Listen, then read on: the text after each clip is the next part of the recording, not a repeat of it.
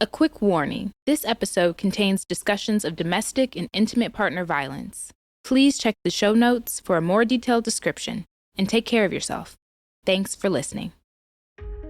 We feel pretty confident that if we know a case is high risk and we have opportunities for intervention, we can help in some capacity, right? And that can be life-saving in some of these situations for sure.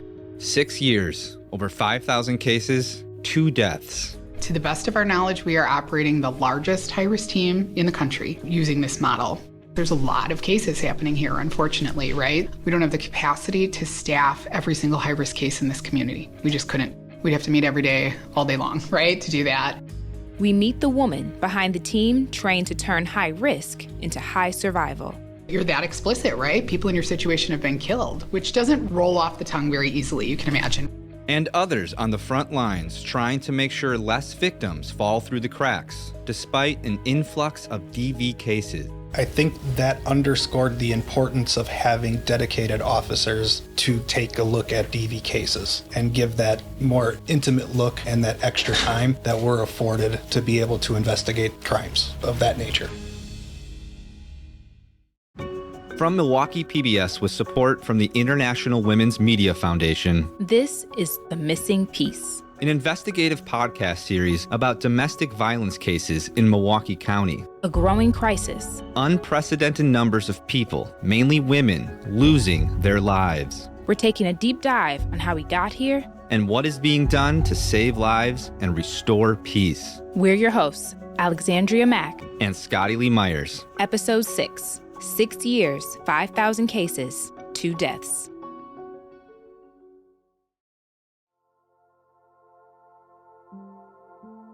She was so...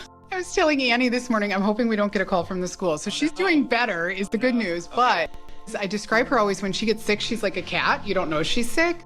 This is Michelle Copens. She's a pretty busy woman most days, if not all days. Like she has 2 cell phones type of busy, especially on days when she's juggling a sick kid and eager reporters. I am the coordinator for Milwaukee County's domestic violence high-risk team, and for Sojourner, I am their manager of special projects. For the past 20 years, she's worked with the Sojourner Family Peace Center, the largest provider of domestic violence prevention and intervention services in Wisconsin. And as fate would have it, she ventured into the work by accident. When I was in college, I was going to school for nursing, actually, was what my end goal was going to be with my career. And I was a broke college student working multiple jobs, and the local domestic abuse agency at that time was hiring for an overnight shift, which to me sounded pretty simple. Like, oh, you just stay there, people sleep at the shelter. Like, you know, it's probably pretty quiet. You probably don't get a lot of calls at night. I had no idea, you guys. And so I was hired for that position and switched gears entirely ever since. In her current role, her days and nights are consumed with a team of a few dozen people across agencies like Sojourner, the police department, the district attorney's office, and the House of Corrections, among others. And together they evaluate some of the county's worst DV cases to determine which have the highest risk of becoming fatal. Together, they are the Domestic Violence High Risk Team, often shortened to DVHRT, and it was birthed out of a tragedy. More local news now. 4 Milwaukee officers were recognized this afternoon for catching the suspect who allegedly shot and killed an 18-year-old girl inside her home Tuesday. They were on patrol yesterday and noticed a suspicious vehicle parked near 72nd and Capitol. In the passenger seat was Hakeem Tucker, the man police say pulled the trigger. Well, one of the things that we often share when we talk about the high-risk team is that the homicide of a young lady named Stephanie Jones was really the impetus for this team starting. Stephanie Jones was an 18-year-old woman in Milwaukee, shot and killed by her child's father, Hakeem Tucker, in 2017. Prior to the shooting, Stephanie's mother told police that Tucker had been stalking her daughter, threatening to kill her, and had pointed a pistol at her numerous times. Stephanie Jones' homicide happened, and for lots of reasons, we felt like there were potentially opportunities that could have existed if a high-risk team was operating for her particular case. We wondered, right? We wondered, is that possible? So our president, Kerman, reached out to the other agencies, to law enforcement, to the DA's office, and to probation and parole, and said, we want to start the high-risk team. Here's what we're experiencing as a community and with this case. And the very first response from the very first partner was, when can we start staffing cases? Without a dime, without any funding, without any additional resources, it was an emphatic yes. The domestic violence high-risk team is actually considered a best practice by the Department of Justice for preventing domestic homicides in a community. To the best of our knowledge, we are operating the largest high-risk team in the country using this model. And we are in our 6th year of operation, so we've been tooling along. It's really the part 2 to the LAP. LAP, L-A-P, the Lethality Assessment Program. 11 questions used to educate DV victims about the risk factors for homicide and to connect them with support and safety planning. Questions like, has the accused ever used a weapon against you or threatened you with a weapon? And have they threatened to kill you or your children? And quite plainly, do you think they might try to kill you?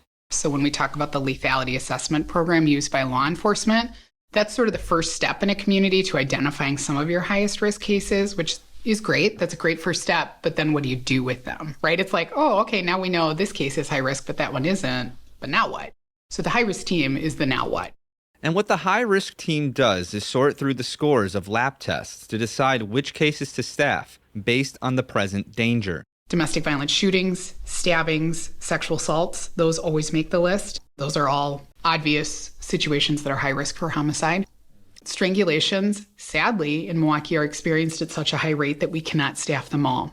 We know that strangulation is a significant red flag for lethal violence in the future, but we cannot staff all of them because there's too many. So we tend to focus on the strangulations that result in unconsciousness, loss of bladder or bowel, significant injury. And then from there, Michelle's team meets twice a week to discuss the cases and create plans to, well, try to save a life. So typically, I start off by just giving an overview of that case. Here are the parties we're talking about today. This is the latest incident. This is why we're staffing it. If this person was arrested or not, were there kids present? And then it's a bit round robin style where we're bouncing from agency to agency, like what history do you have? Do you have anything to share? Have you been in touch with this victim? So that we know sort of where everyone's at. And as everyone's sort of adding their pieces in, that's how we're coming up with a list of recommendations, if any, for that case, to decide, okay, you're gonna do this next, I'm gonna do this next, to see if there's more that we can do, more that we can offer. And those evaluations become difficult, direct conversations with victims.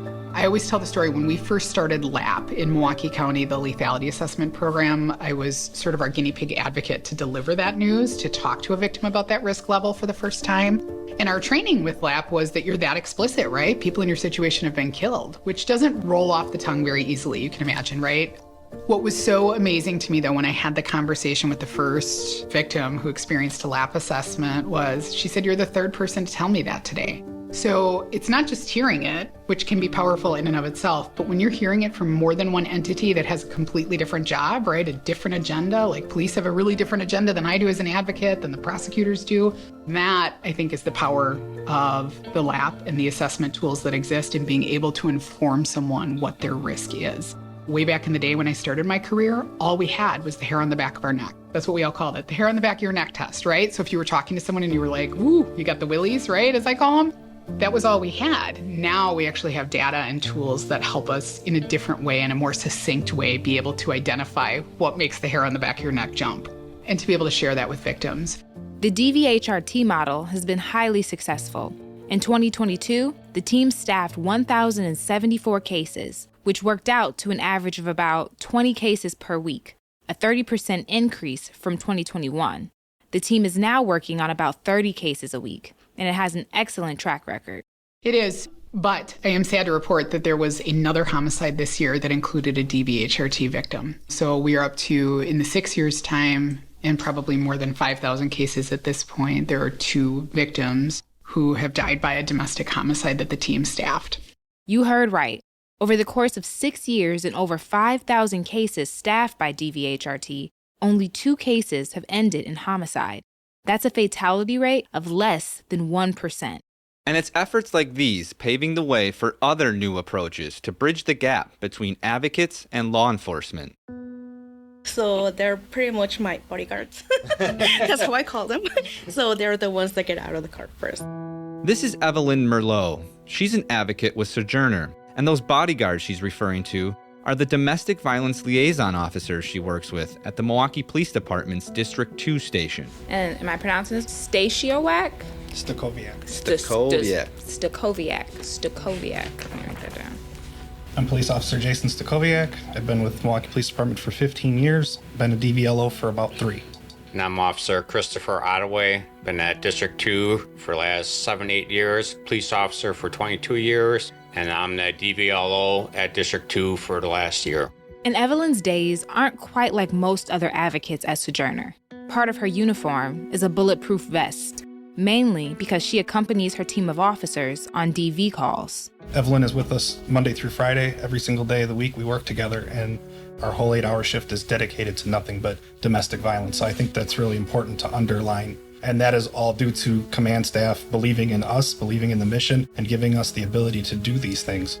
Evelyn starts each morning by reviewing the DV incident reports from the day before, which could include as many as a dozen disturbances. So I review the cases. I get a copy of the report from every officer that takes a DV call. I review the case, see if the person is wanted or not, print a picture for the officers, and then we'll just do home visits afterwards. We check in with the victim first. We start with the victim. I go and introduce myself. So if I have consent to speak to the victim, we will knock on the door. If the abuser is wanted or not, I will have to wait until they clear the house, and then I will make contact with the victim. I usually approach by saying, I'm sorry this happened today. And I will just ask questions. How are you doing today? Do you need medical attention? Is there something I can do for you? What can I do to keep you safe? And I think a lot of people, well, many of our victims don't have that support system from family members, from friends, or somebody who they can trust to say, hey, this happened and I need help. After these conversations with victims, the officers may begin investigations that help the DA's office prosecute cases that could ultimately hold an abuser accountable. Our investigations become very in-depth. So one of the rare things that we do on the patrol level is we do write our own search warrants and things like that. So that's an interesting aspect. So that brings us into going to court and having to testify on those kind of things where usually that would be like a detective's role.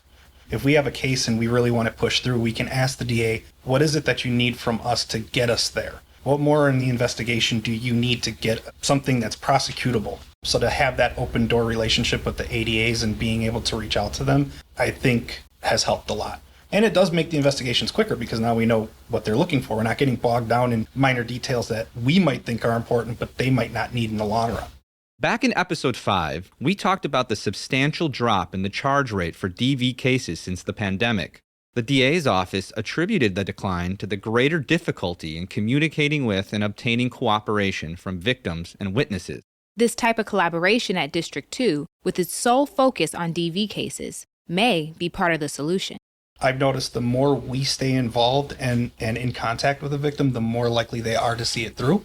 There is a victim that emailed me not too long ago about her abuser being convicted, sent to prison, and I always leave it with, our door is always open. If you need anything, reach out. I don't ever want them to think just because this is done and over that door closes. Historically, it hasn't always been an easy relationship between police and DV advocates. Each could be wary of the other. And that was true of Evelyn. And this initiative helps shift the perspective not only of the people they serve, but even the people officers serve alongside. Before I started working with them, I used to look at things in a different perspective. Once I started working with him and seeing the side of it, things that they go through for their own safety, and it changed my mind in a lot of things. It's hard to explain. It's just, I guess, a personal opinion about law enforcement and victims. So I'm seeing how they care about these clients, how they approach this person, how they make them feel comfortable enough for them to open up and trust them with their process. A lot of people that are on the outside don't see that. They don't see that relationship of the police officer with the victim and trying to make them feel comfortable and being kind and going above and beyond of what a police officer is doing for their duty. There was a time in the case that we had a client needed a door replaced and we had to find a door. There was a time where we bought a car seat out of pocket for one of the victims. So it's been things that we do that go outside and they do outside of their role of being a police officer. With each positive interaction comes the slow building of trust, which is especially important in neighborhoods near District 2 on Milwaukee's south side. So speaking about the District 2 community, we have a lot of Latino community. There's a lot of people who are Spanish speaking only. I'm bilingual in Spanish, I'm Mexican. So I have helped a lot of clients that don't want to come forward because of the fear of their status in the country. They don't have a legal status, and because of that, they think they cannot reach out to law enforcement to report an incident. As a personal goal, I have worked on getting that community to be more open about what's going on, to trust the officers. We had a case in specific that my victim was being threatened by her abuser by saying, if you report this, I'm gonna call ICE and you're gonna get deported. It took me sharing my personal story to the victim so she could open up to the officers and trust Ottaway and Stagg, call me Jason, and to trust them so she could open up to the officers. District 2 isn't the only station that's staffed with a DV advocate from Sojourner. Aside from District 1, which is located in the heart of downtown Milwaukee, every station in the city has a Sojourner presence. It's called the Community Domestic Abuse Advocacy Program, and it's been in place since about 2007. Hector Hernandez, Senior Director of Advocacy at Sojourner Family Peace Center, has been involved with the program from the beginning, and he says that over the years, there's been increasing buy-in from the Milwaukee Police Department. When we first started, definitely growing pains. They didn't understand why I was taking up an office space in their districts, having a quote-unquote a social worker in their space. What does that look like? Why is this person here? I mean, there's all those type of things that came in the beginning. And definitely there were challenges in the beginning, building relationships with officers about our role, about how we could make this easier for them. And I used to explain to officers that I just need you to be a cop. And those times where you go to a home and they want you to be a social worker or an advocate, I said, leave that to me. Give me those referrals. Let me work with those clients. Let me do that part of your job for you to focus on yours. The work of each Sojourner advocate does look slightly different from station to station in order to address the unique needs of each precinct. And every district is so different from each other, just because it could be the demographics, the geography, what other existing nonprofit agencies might be in that area, what park associations might exist within each district, what faith-based committees might exist. So all that plays into how your work might look like from District 3 compared to District 2 and vice versa in other districts. So that's been a little bit different. The operation at District 2 with the 2 other MPD officers in Evelyn is considered a model to be replicated at other stations. But there's a new pilot program happening at District 4 on the city's north side that may soon be the new gold standard. Here's Milwaukee Journal-Sentinel reporter Ashley Lutheran describing what it looks like. So there is a pilot happening in District 4 on the northwest side of the city at small scale right now, I believe only operating 1 day a week. But it pairs an officer, a prosecutor, an advocate, as well as a forensic nurse from Aurora to go directly out to domestic violence scenes. And why that nurse component is important, there's a couple of reasons. One, someone can get treatment right away if they need to. But 2, if there's a need to collect evidence, particularly as it relates to strangulation, which we know is a very high predictor and risk factor for future lethal violence, if there's a need to collect that evidence, like DNA on someone's neck, that forensic nurse is trained to do that. And so then you can collect that evidence at the scene and with the victim's consent and all of that. And it's a lot easier for those folks to have the conversation and just have everyone there at the same time. But even with all the DV liaison officers and pilot programs, the need is still too much. Officials said they sometimes feel overwhelmed by the case volume. These unprecedented numbers are difficult to keep up with. Here's Assistant District Attorney Jennifer Tate. So there's weeks we review up to 200 new cases a week. Now, not all of these people are in custody. Some of these people are, out of custody, and if we charge it, we issue a warrant for their arrest. But we could easily have double the amount of attorneys and everyone would be busy all the time because the work just never stops on these cases. And unfortunately, a referral comes in on a Monday and there could be another referral already by Wednesday or Thursday for the same individual. We're an office of 125 attorneys, and the domestic violence unit, which is 14 attorneys, reviews almost a third of the entire cases for the office. This shortage of time and resources isn't unfamiliar to Michelle. Choosing which cases will get staffed by the DVHRT is one of the toughest parts of her week, every week. I feel a tremendous amount of pressure. I talk all the time how it's the least favorite part of my job every single week to pick which cases make the list and which ones get cut. I hate it every week. All the files that come across her desk and the people and stories behind them. They drove her to make serious changes in her life just to carve out some peace for herself. Self-care, something. It became a priority for me to shift gears. So for me personally, it's different for everyone. I made a lot of lifestyle changes. I needed to eat healthier. I needed to be exercising more. I quit smoking. I quit drinking. I didn't want to have any outside influences marring sort of my experience with the world, because I think it just impacts us emotionally as much as it does physically, right? So that became more important to me. So for me, I had to dig deep to find a way around my belief system. Not a way around, but a way with my belief system to still feel confident about the work that I was doing so I could do it and know that we're doing all that we can.